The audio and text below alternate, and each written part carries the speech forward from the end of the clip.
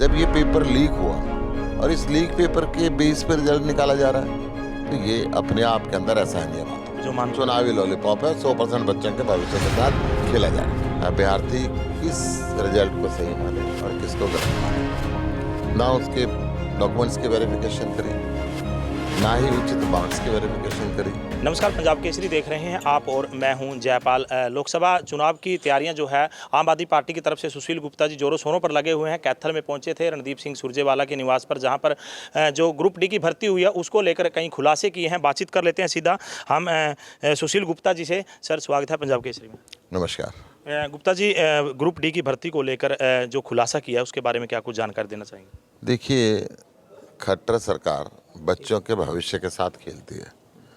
खट्टर सरकार एक ऐसी सरकार है, 2018 में जींद का उपचुनाव हुआ, एक लॉलीपॉप दिया भर्ती का, और वो भर्तियां फिर बाद में नौजवान रोते पीटते रहे, परंतु वो चुनाव जीतने के लिए उसमें आंखों में धूल झोंकी। अब फिर एक लॉलीपॉप विधानसभा के और लोकसभा के चुनाव से पहले रात को 12 बजे निकालते हैं कि हमने 13,000 कुछ पदों में से 10,000 कुछ पद स्वीकृत कर दिए, भर दिए, उनका रिजल्ट निकाल दिया।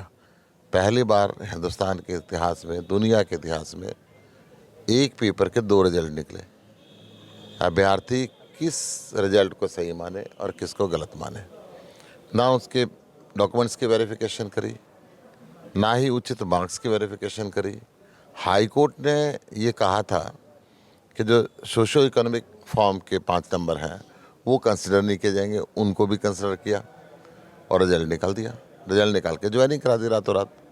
अब जिनके नंबर ज़्यादा थे वो छूट गए, जिनके नंबर कम थे वो भी आ गए। एक परेशानी तो ये है। दूसरी परेशानी, दिल्ली के अंदर रनहोला थाने में इस पेपर लीक होने के FIR दर्ज है, वो जांच चल रही है। वो जांच के अंदर लीक पाई जाएगी तो फिर लोग नौकरी से हटेंगे, पेपर रद्द होगा। हाई कोर्ट ने 5% नंबर ना कंसिडर करने का आदेश दे रखा है।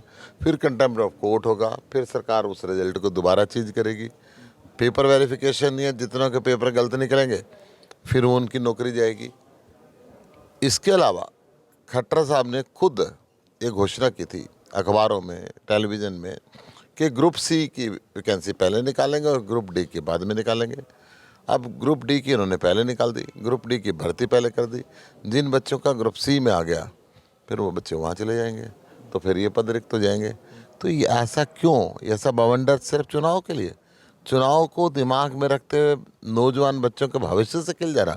लोकसभा चुनाव जीतने के लिए इतना बड़ा बवंडर रच देना, ये आज हमने प्रेस कॉन्फ्रेंस करके डिटेल तथ्य, FIR की कॉपी, हाईकोर्ट के ऑर्डर की कॉपी, ये सारे तथ्य मीडिया के सामने रखे। आपकी उसकी कॉपियाँ हम आपको भी दे देंगे। जी सर, जो FIR की बात की आपने, जो दिल्ली में दर्ज हुई है, वो किस आधार पे जो पहले रद्द की गई थी, FIR की गई थी, क्या कुछ पूरा मामला था उसके बारे में थोड़ा डिटेल?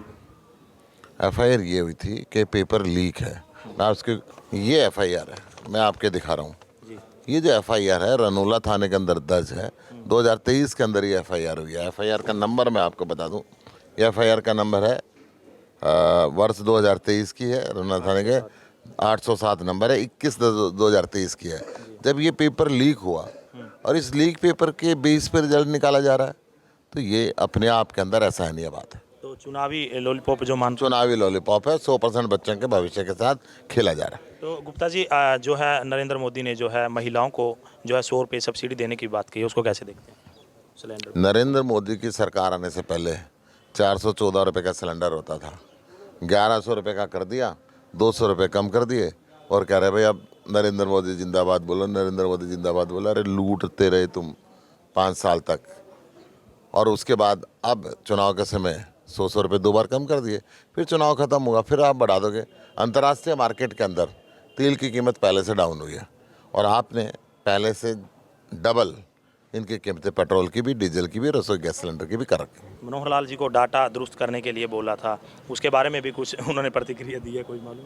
मनोहर लाल जी को मैंने बताया था कि आपके राज्य में सरपंचों को गोली मारी जा रही है, आपके राज्य के अंदर किसान को गोली मारी जा रही है, आपके राज के अंदर राजनीतिक दलों के अध्यक्ष को गोली मारी जा रही है, आपके राज के अंदर व्यापारियों को गोली मारी जा रही है, आपके राज के अंदर महिलाओं के प्रति अपराध बहुत बढ़ता जा रहा है, आपके राज के अंदर नशा बहुत बढ़ता जा रहा है। तो उन्होंने कहा था प्रेस कॉन्फ्रेंस करके कि सुशील गुप्ता जी का सवालों का जवाब मैं आंकड़ों के साथ दूंगा।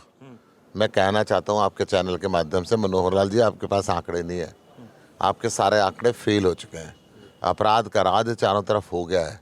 अगर आप सही आंकड़े देखना चाहते हो तो कुरुक्षेत्र के मैदान में आओ, कुरुक्षेत्र की जनता आपको आंकड़े देगी।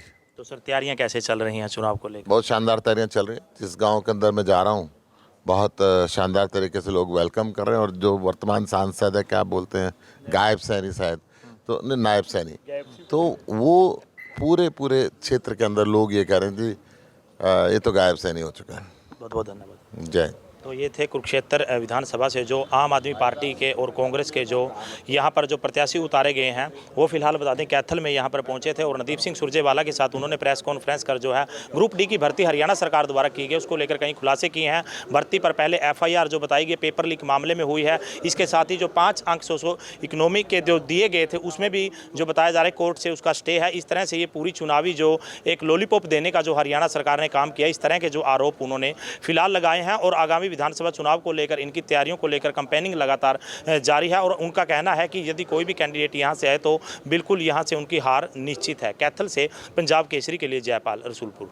हमसे जुड़े रहने के लिए हमारे YouTube चैनल को सब्सक्राइब करें और नई वीडियो की नोटिफिकेशन के लिए बेल आइकॉन को दबाएं। अगर आप ये वीडियो Facebook पर देख रहे हैं तो लाइक जरूर करें और ज्यादा से ज्यादा शेयर करें। धन्यवाद।